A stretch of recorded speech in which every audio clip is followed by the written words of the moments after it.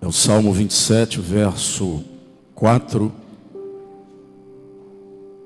Você pode ficar sentado mesmo e acompanhar a leitura daí. Está ali também no Data Show. E nos diz assim: uma coisa pedi ao Senhor e a buscarei, que possa morar na casa do Senhor todos os dias da minha vida, para contemplar a formosura do Senhor e inquirir no seu templo. Qual tem sido o nosso grande desejo, o grande desejo da nossa vida? O que é que o nosso coração anseia acima de tudo?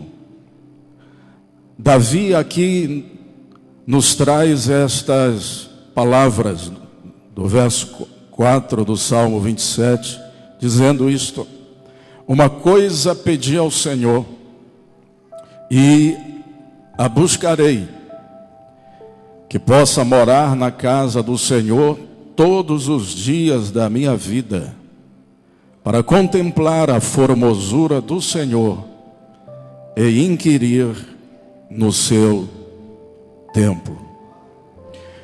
Qual é o seu pedido a Deus hoje? Qual é o seu pedido a Deus nesta noite? O que é que você está desejando ardentemente no seu coração agora, neste exato momento? Havia uma coisa que Davi pedia ao Senhor e por ela buscava. Será que é a mesma coisa pedida e buscada por Davi é a mesma coisa que vem também queimando de desejo o seu coração? Este salmo, meus irmãos e meus amigos, nos deixa a todos nós expostos.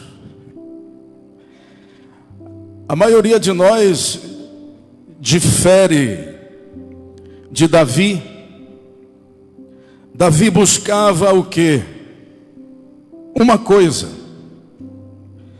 E nós, quantas coisas a gente busca?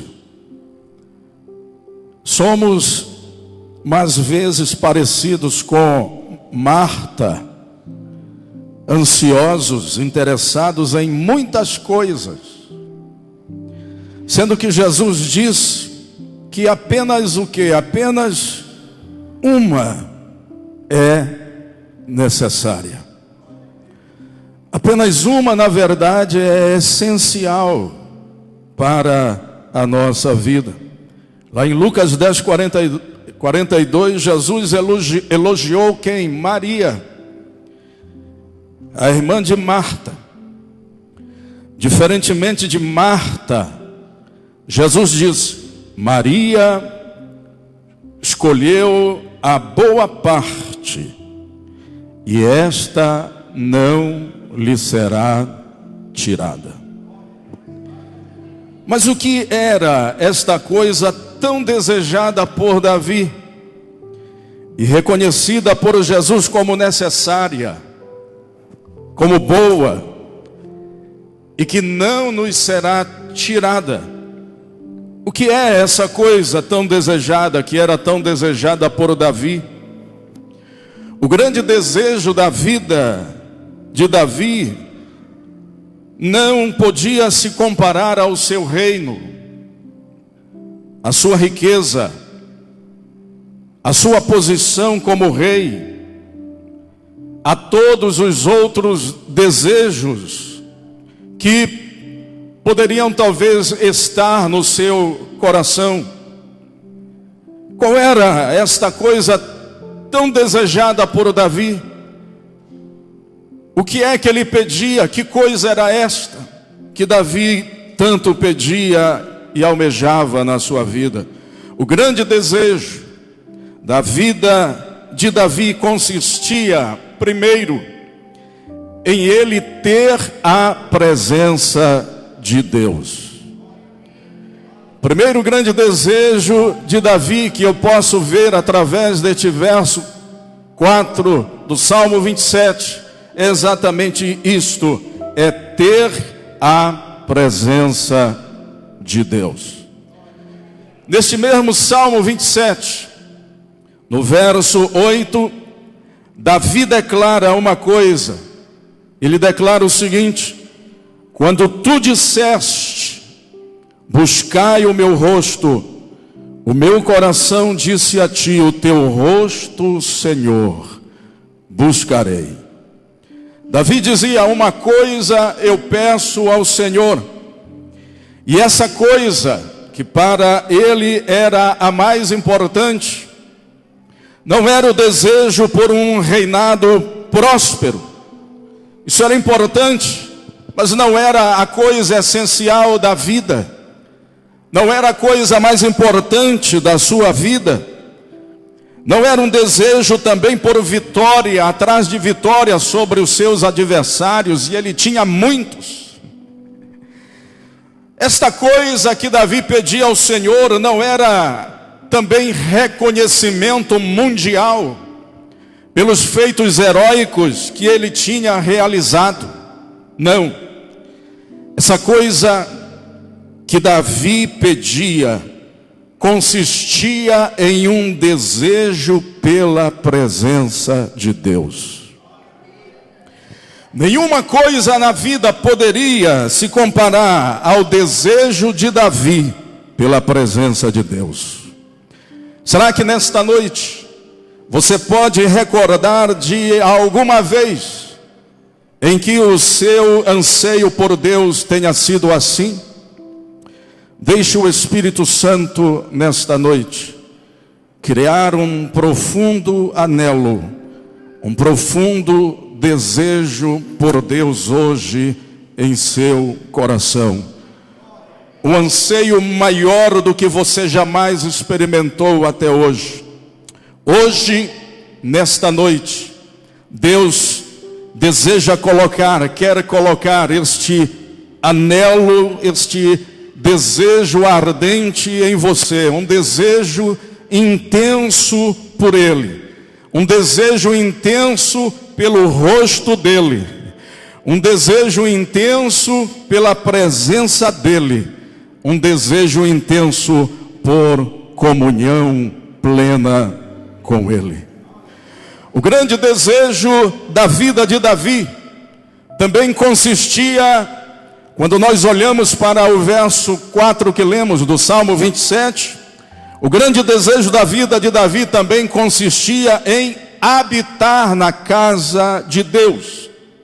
Davi declarou, uma coisa pedi ao Senhor e a buscarei, que possa morar na casa do Senhor todos os dias da minha vida, para contemplar a formosura do Senhor e inquirir no seu templo. Então qual era a segunda coisa que Davi pedia?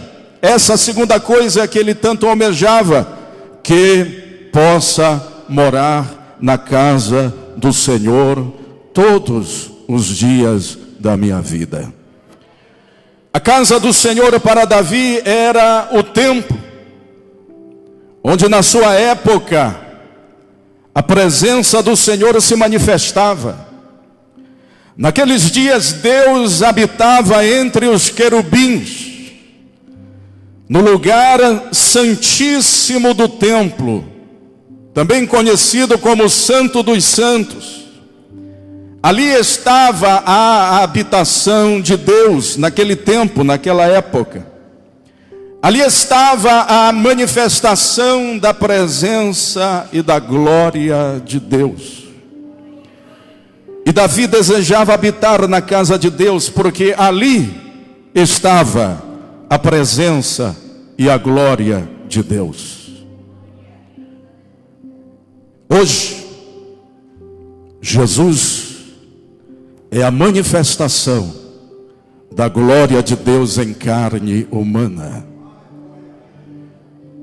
Quando Jesus nasceu, os pastores de Belém viram a glória do Senhor, lá em Lucas 2:9, que os cercou de resplendor e tiveram grande temor. Jesus é a manifestação da glória de Deus em carne humana. Ele deseja estar conosco. Ele deseja ter comunhão conosco. Ele deseja a nossa companhia. Você já parou para pensar nisso?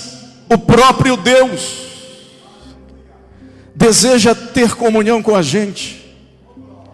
O próprio Deus deseja estar conosco.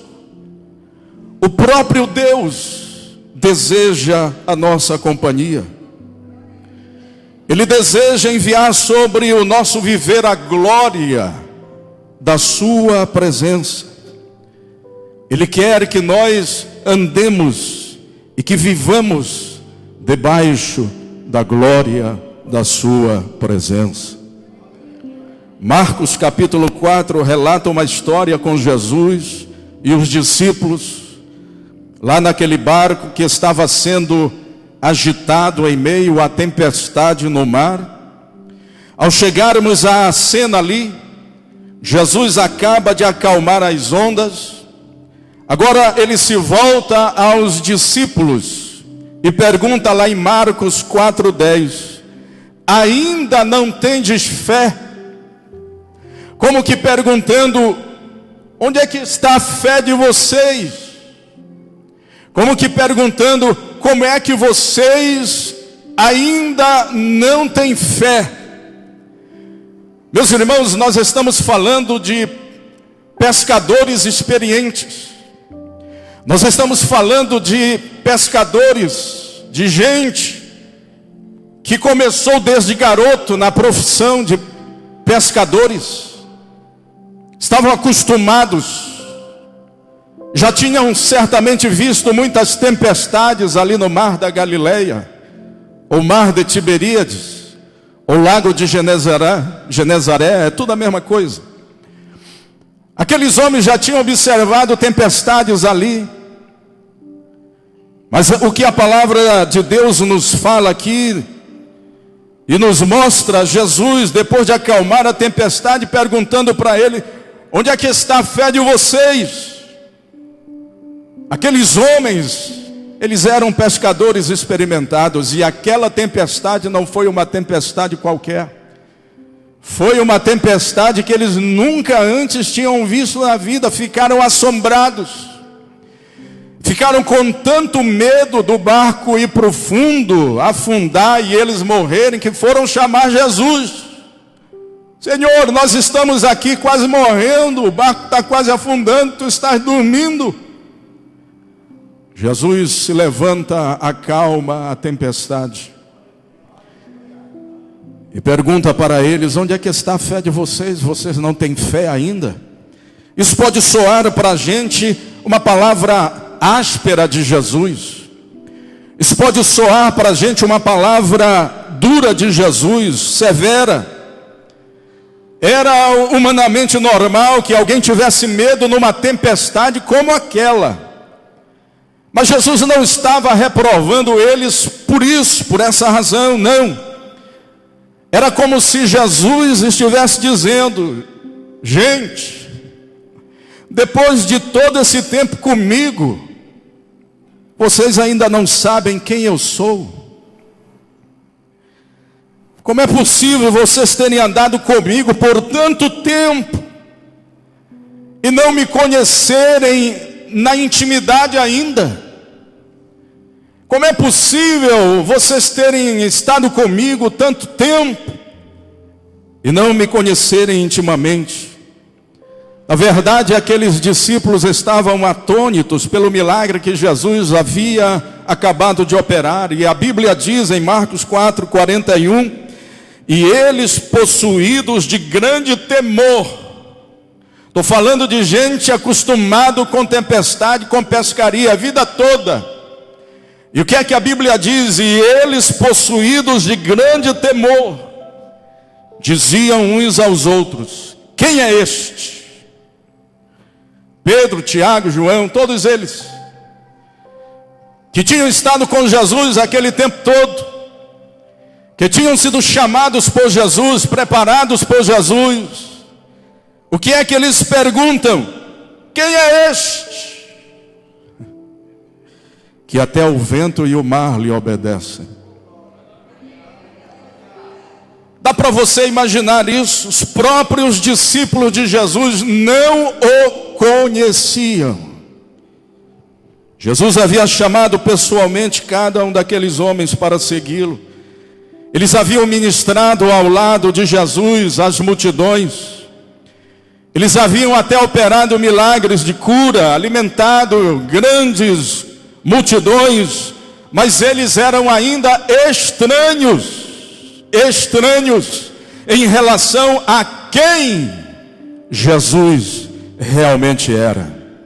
Tragicamente, meus irmãos e meus amigos, eu disse tragicamente, o mesmo é verdade hoje. Multidões de cristãos têm andado de barco com Jesus. Multidão de cristãos estão pelas igrejas, frequentando as igrejas, estão no barco com Jesus, andando de barco com Jesus, ministrando e carregando a sua Bíblia para os cultos, e estão andando com Jesus no barco, mas realmente não conhecem Jesus, porque não tomam tempo para estar com Jesus, porque não tomam tempo para conhecer Jesus, realmente conhecer Jesus. Não tomam tempo para falar com Deus, orar, não tomam tempo para ter um momento de intimidade com Ele, não se assentam na sua presença, não abrem o seu coração com Jesus. Por isso nunca podem ouvir o que Jesus tem para dizer a eles. Eu vejo outra cena em Lucas, no capítulo 17. Os discípulos foram até Jesus pedindo, lá no verso 5, Senhor, aumenta-nos a fé. Ou em outras versões, Senhor, acrescenta-nos a fé. E muitos cristãos hoje fazem a mesma pergunta: como vou obter fé? Mas o problema é que eles não buscam o Senhor em pessoa para obter fé. Tentam encontrar fé em poções mágicas, tentam encontrar fé em superstições, tentam encontrar fé em estudos filosóficos.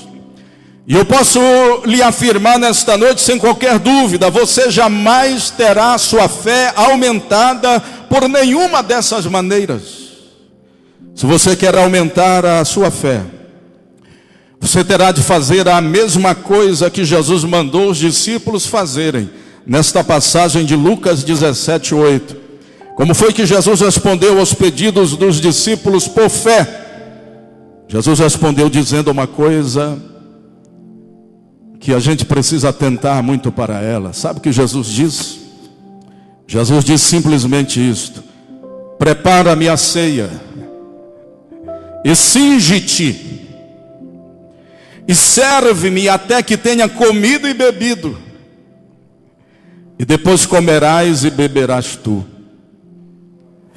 O que é que Jesus estava dizendo aqui? Que negócio é esse? Jesus estava dizendo em essência o seguinte: venha à minha mesa e ceie comigo. Jesus estava dizendo: eu desejo que você tenha comunhão comigo. Jesus estava dizendo: sente-se comigo, abra o seu coração, aprenda de mim. Jesus estava dizendo: existem tantas coisas que eu quero falar para a sua vida. Não arrume mais explicações filosóficas para a fé, não procure mais fórmulas humanas para tentar obter mais fé. Simplesmente fique a sós com Jesus. Simplesmente habite debaixo da glória da presença de Jesus. E deixe que as suas palavras te cure, deixe que as suas palavras te fortaleça, e deixe que as suas palavras, as palavras dele, as palavras de Jesus, te restaure. E talvez isto seja hoje, nesta noite. Tenha uma vida de intimidade com ele, vá a ele, aprenda dele. Se você passar um período de qualidade na presença dele, a tua fé vai ser aumentada, a tua fé vai ser acrescentada. E por mais que ela chegue até o tamanho de um grão de mostarda, já está bom uma fé desse tamanho? Ela pode ser maior, mas se chegar só ao tamanho de um grão de mostarda, qual é o tamanho da sua fé hoje aqui, nesta noite? Sabe o que Jesus diz? Olha, se você tiver a fé do tamanho de um grão de mostarda, direis a esta amoreira: desarraiga-te daqui e planta-te no mar, e ela vos obedecerá. Quem crê na palavra de Jesus aqui? Ele fará nascer fé em seu coração como você nunca experimentou. Mas é preciso viver, é preciso andar na presença dele. Davi desejava habitar na presença de Deus. Davi desejava a glória de Deus. Ele declarou isto: uma coisa pedi ao Senhor, a coisa que eu mais busco. Era esta a palavra de Davi, o desejo de Davi: que eu possa viver na casa do Senhor todos os dias da minha vida, para contemplar a bondade do Senhor e buscar a sua orientação no seu templo. Por que é que você busca a presença do Senhor? Para matar talvez a curiosidade ao ver a manifestação da glória do Senhor, ou talvez para cumprir um ato de religiosidade e poder dizer: eu fiz a minha parte, já fui à igreja hoje, já fiz a minha prece hoje. Ouça, nenhuma dessas razões motivava Davi, nenhuma delas. No verso 4 nós lemos que Davi desejava o quê? Habitar na casa de Deus para poder contemplar a formosura do Senhor. Não era para matar a curiosidade, não era para cumprir um hábito religioso, não era por um costume, uma tradição familiar, não. Davi amava a Deus. E tudo o que ele mais queria era contemplar a formosura de Deus. Pelo que é que você está ansiando quando busca por Deus? Muitas vezes nós temos sido egoístas. Buscamos a Deus interessados apenas em suas mãos, e nunca no seu rosto, e nunca na sua face. Buscamos a Deus interessados apenas em suas bênçãos, apenas em seus livramentos, apenas em socorro, apenas para resolver algum problema, alguma dificuldade em que nos metemos. Mas aqui está este fato: Davi buscava a Deus. Não as coisas de Deus. Davi buscava a Deus puramente, para ter comunhão com Deus, para estar na presença dele adorando, para estar na presença dele em comunhão com ele, para estar na sua presença sentindo a alegria da presença de Deus. para estar na presença de Deus em intimidade com Ele. E aí depois vem o resto. O resto vem. Aquilo que não é essencial vem depois. O mais importante é Deus. É a face dEle. É o rosto dEle. É a presença dEle. Davi fixou o desejo do seu coração nessa única coisa: estar na presença de Deus. Ter dinheiro, reconhecimento, fama, não satisfazia tanto o desejo do coração de Davi, não satisfazia a maior de todas as necessidades da vida dele, não. Apenas a presença de Deus poderia satisfazê-lo. Davi buscava e pedia por uma coisa, apenas uma coisa: a presença de Deus. Hoje Deus quer colocar em você um desejo ardente por Ele. Deus quer dar a você sede por Ele, anseio por Ele. Antes de dormir à noite, Deus. Antes do café da manhã, Deus. Antes do trabalho, Deus. Antes da escola, Deus. Depois vem o resto.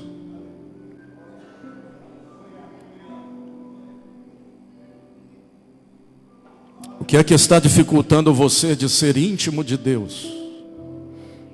Hoje o Espírito Santo deseja remover toda a pedra que possa talvez estar no seu coração, mas isso começa com você ofertando o seu coração a Deus.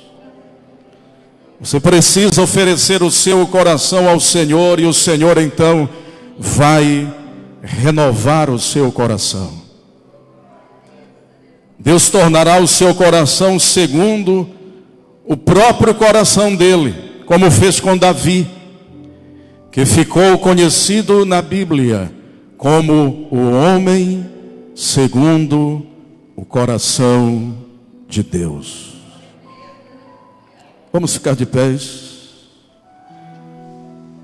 Feche os seus olhos onde você está.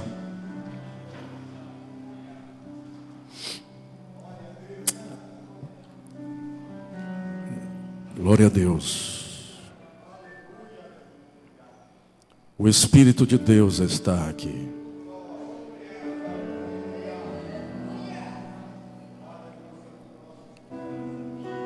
Pense nesta canção,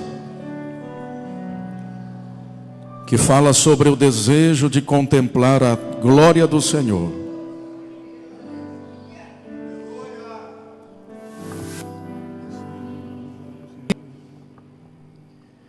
O Espírito de Deus está aqui, operando em nossos corações, trazendo sua vida e poder, ministrando sua graça e amor. Os feridos de alma são curados, os cativos e oprimidos livres são. Os enfermos e doentes são sarados, pois o Espírito de Deus está aqui. Pai, eu quero contemplar. Pai, eu quero contemplar tua glória e tua majestade. glória e majestade. Pai, eu quero te adorar. Pai, eu quero te adorar Em espírito e em verdade. em espírito, em verdade. Não apenas no átrio, Apenas no átrio ou no lugar santo. ou no santo lugar. Eu quero te entronizar entre os querubins. Entronizar entre os querubins. Oh, leva-me à sala do trono, pelo novo e vivo caminho, pelo sangue de Jesus, Eterno sumo sacerdote. eterno e sumo sacerdote. Oh, leva-me à sala do trono, pra te adorar, Senhor. Oh, leva-me à sala do trono, pra te adorar, Senhor. Feche os seus olhos. Deus, em nome de Jesus, te apresento vidas que aqui estão. E peço a Deus, leva cada um para mais fundo nas águas do teu rio, as águas da intimidade e da comunhão contigo. Remove todo obstáculo de seus caminhos. Ó Deus, pelo poder do teu Espírito Santo, eu peço que a cura do Senhor seja liberada e que em cada coração haja um anseio por ti, um anseio profundo pelo Senhor. Levante a sua mão para o céu e diga: uma coisa pedi ao Senhor. Repita a todos: uma coisa pedi ao Senhor,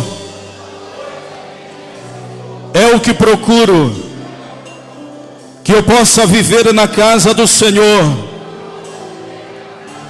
todos os dias da minha vida, para contemplar a formosura do Senhor e aprender no seu templo, em nome de Jesus. Amém. Vamos cantar de novo. O Espírito de Deus está aqui operando em nossos corações. O Espírito Cante. de Deus está aqui, Operando em nossos corações, trazendo sua vida e poder, ministrando sua graça e amor. Os feridos de alma são curados, os cativos e oprimidos livres são, os enfermos e doentes são sarados, pois o Espírito de Deus está aqui. Pai, eu quero contemplar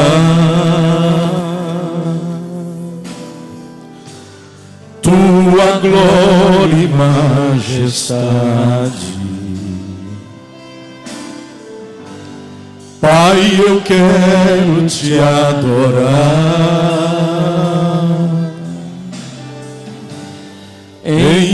espírito e em verdade, não apenas no átrio ou no santo lugar. Eu quero te entronizar entre os querubins. Oh, leva-me à sala é o lugar da presença dele. pelo novo É o lugar onde contemplamos a formosura do seu rosto. É o lugar onde vivemos em intimidade e em comunhão com ele. Eterno e sumo sacerdote, oh, Leva-me à sala do trono para te adorar, Senhor. Oh, leva-me à sala do trono para te adorar, Senhor. Para te adorar, Senhor.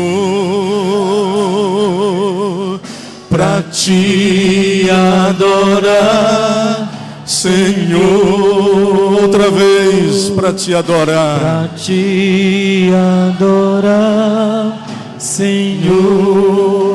Para te adorar. Para te adorar, Senhor. Dê um aplauso de adoração a ele.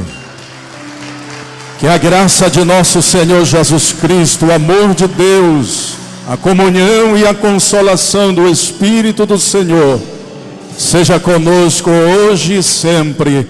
Amém. Deus abençoe, queridos. Vão em paz.